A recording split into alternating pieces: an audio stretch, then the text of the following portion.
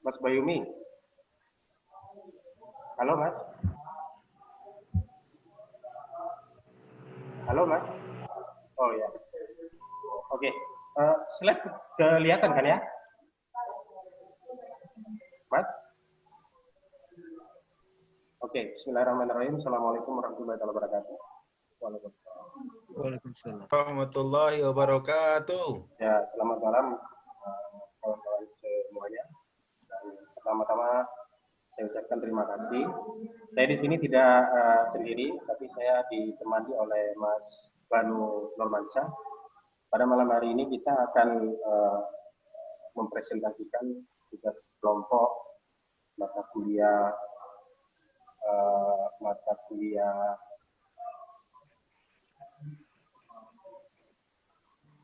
mata kuliahnya Bapak Aris Munandar.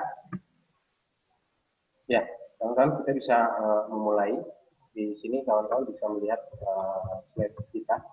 Jadi di awal kita mengangkat soal rencana intervensi dengan pendekatan partisipatif dalam pengelolaan lingkungan. Dalam hal ini akan ada contoh-contoh kasus di bawah. Namun sebelum itu kita mencoba untuk menjelaskan atau memberikan pengertian terlebih dahulu apa sih intervensi tersebut dan bagaimana dengan menggunakan pendekatan partisipatif itu sendiri.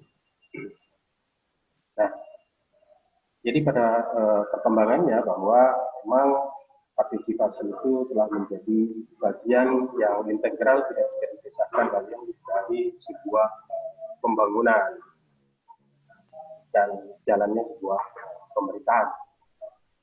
Bahwa partisipasi masyarakat telah menjadi sebagai satu prinsip utama yang melandasi berjalannya sebuah tatanan pemerintahan yang baik atau good governance. Nah, hal ini ditegaskan oleh Grina bahwa proses pemahaman umum mengenai pemerintahan atau tatanan pemerintahan itu mulai mengemuka di Indonesia itu sejak tahun era 90-an dan mulai semakin populer hingga pada tahun 96 seiring dengan interaksi pemerintah Indonesia dengan negara-negara luar sebagai pemberi bantuan yang banyak menyoroti kondisi-kondisi objektif perkembangan ekonomi bahkan politik Indonesia sebagai negara berkembang.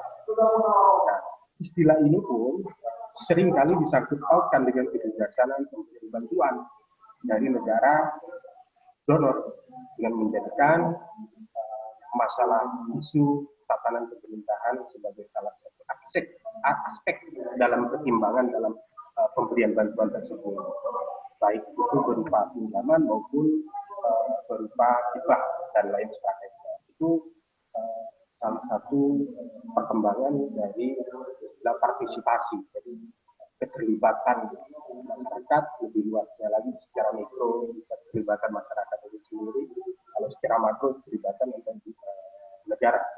Kemudian istilah atau pemakaian kata partisipasi itu mulanya diambil dari kata partisipasi yang berarti mengikut sertakan pihak lain. Tadi bahwa keterlibatan mengajak orang lain agar dia ikut masuk atau terlibat. Partisipasi itu sebenarnya merupakan sikap keterbukaan dari tubuh terhadap persepsi. dan juga merupakan perhatian mendalam mengenai perubahan yang akan dihadirkan pelaku kegiatan yang berhubungan dengan kegiatan masyarakat. Partisipasi ini menjadi hal yang penting untuk menciptakan masyarakat yang merasa memiliki terhadap kegiatan ataupun pemberdayaan yang bisa dibangun oleh baik itu oleh NGO, baik itu oleh negara dan segala macam. Kemudian berdasarkan cara dan bentuk keterlibatannya di sini kita bisa petakan bahwa partisipasi itu ada yang langsung, ada yang bersifat tidak langsung. Nah, seperti apa partisipasi itu yang bersifat langsung?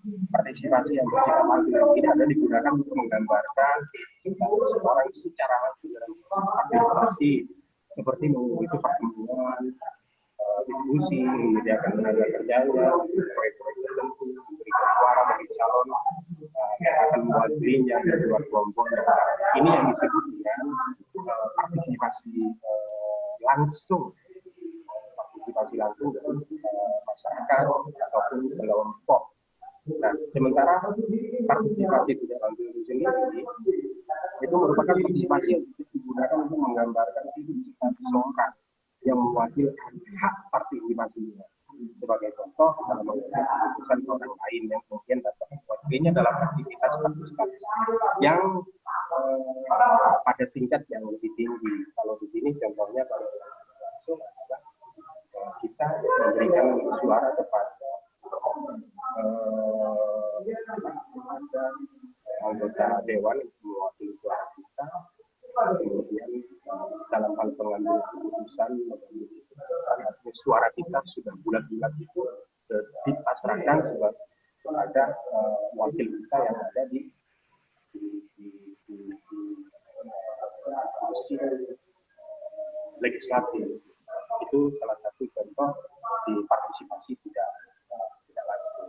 Nah, kaitan dengan apa yang kita akan wujudkan di sini akan kita ilustrasikan dalam sebuah ruang lingkup persoalan, yaitu ruang lingkup tahapan partisipasi dalam pembangunan, yang dimana di sini kita membahas soal pengelolaan lingkungan. Yang kita tahu bahwa pengelolaan lingkungan di sini ada banyak persoalan-persoalan yang memang seringkali menjadi masalah antara masyarakat ataupun kelompok masyarakat dengan pemerintah itu sendiri. Ya, di sini dalam rangka mengantisipasi itu sifat partisipasi, meningkatkan intervensi di situ, bagaimana diupayakan masyarakat pemerintah ini pengelolaannya itu bisa benar-benar produktif dan bermanfaat pada masyarakat. Ini bagian dari ilustrasinya. Maka konsep partisipasi itu menggambarkan lingkup yang paling misal apa itu partisipasi dalam perencanaan, kemudian siapa yang berpartisipasi dalam proses pelaksanaannya. Nah, di sini saya hanya akan menjelaskan dalam sampai pada ilustrasi persoalan. Detail persoalan yang kita angkat ini akan dijelaskan atau disambung oleh saudara saya Mas Banu Nurmansyah. Kepada Mas Banu dipersilakan untuk melanjutkan presentasi pada malam hari ini sebagai salah satu contoh. Selebihnya nanti contoh-contoh lain akan kita eksplor lagi sambil membuka ruang bertanya kepada kawan-kawan. Oke, silakan Mas Banu. Mas Banu mau disini. Ya. Suara. Ya.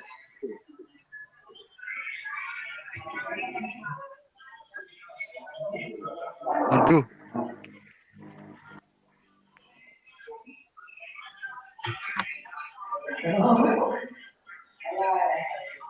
Om Bayu, kok rekan saya Mas Kapi mengenai contoh dari presentasi kita itu bisa dilihat di lembaga. Cuman ini saya hanya menjelaskan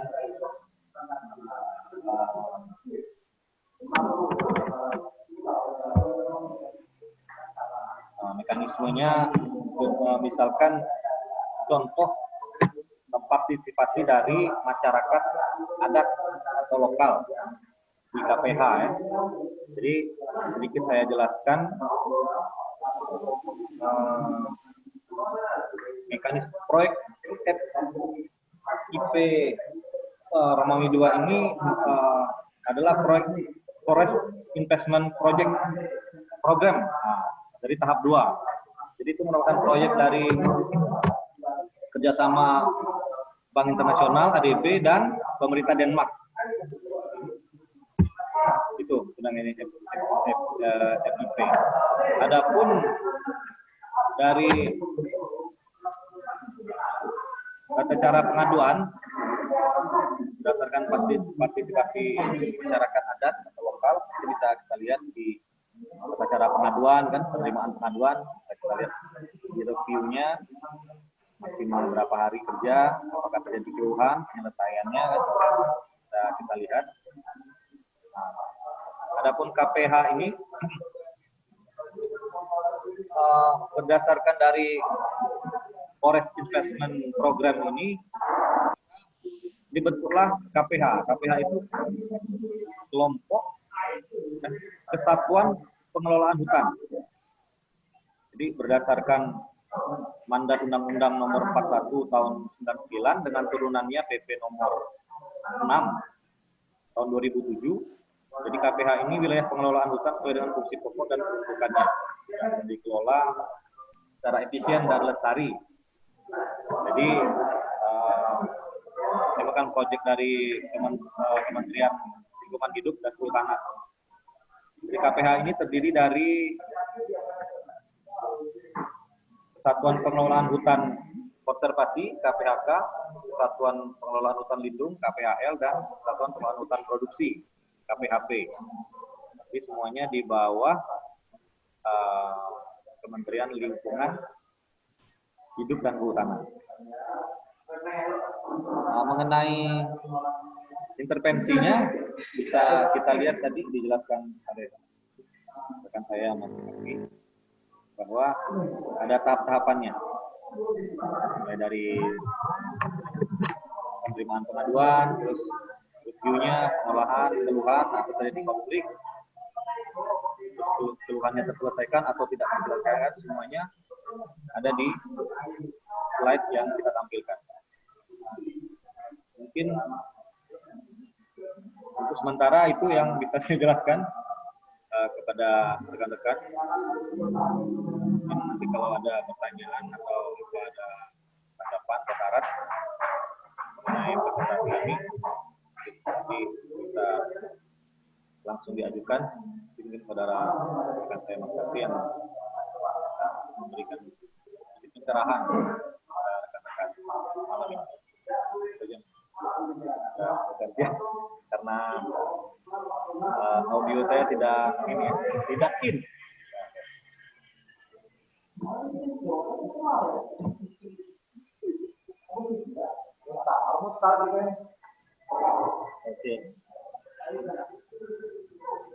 Oke kawan-kawan, itu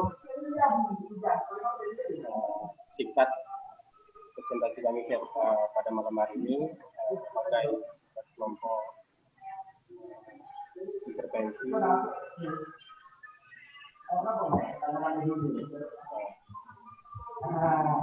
Apakah ada yang perlu didiskusikan kawan-kawan?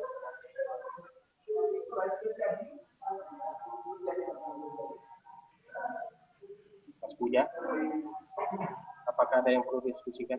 Apa ada yang nggak perlu? Apa nggak paham? Belum paham Om. Lanjut.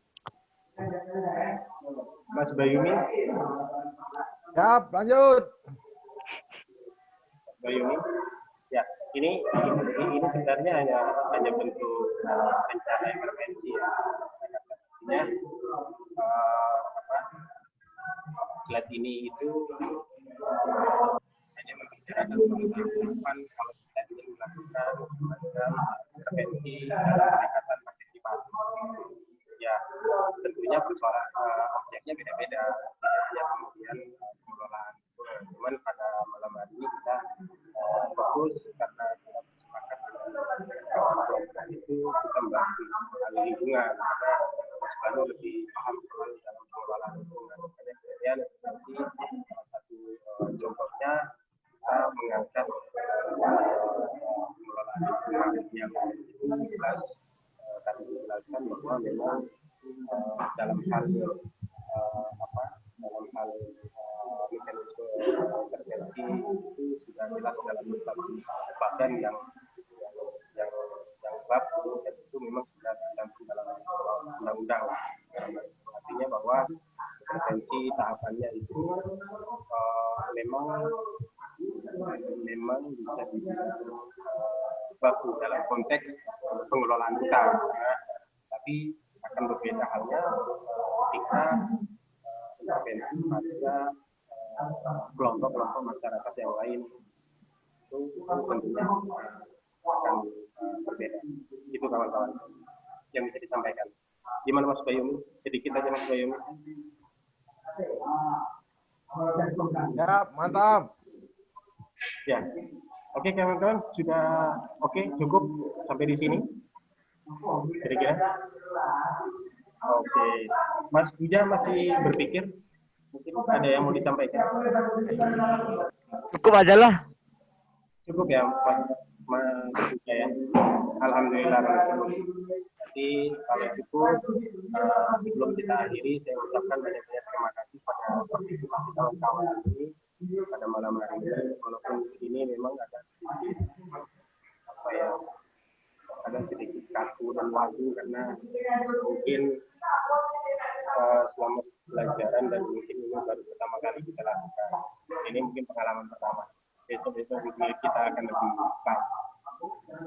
Terima kasih saya ucapkan dengan Mas Banu partisipasinya, Mas Buja, Mas Bayumi dan kawan-kawan yang lain ini yang tidak memunculkan wajah-wajahnya. Ada Pak Putra Tekor dan Indria yang juga ikut berpartisipasi pada malam hari ini. Terima kasih. Saya ucapkan Assalamualaikum warahmatullahi wabarakatuh. Waalaikumsalam warahmatullahi wabarakatuh.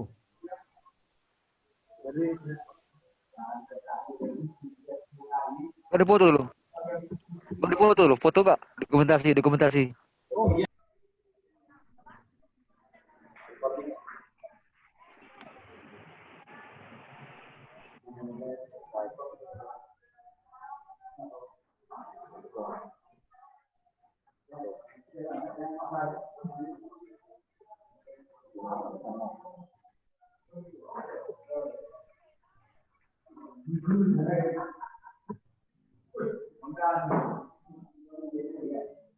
Sudah Mas?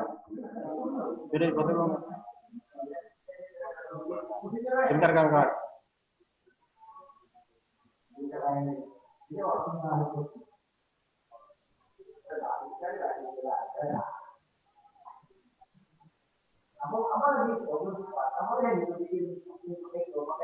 Mas Bayumi bisa dibantu? Siapa tahu lebih bagus.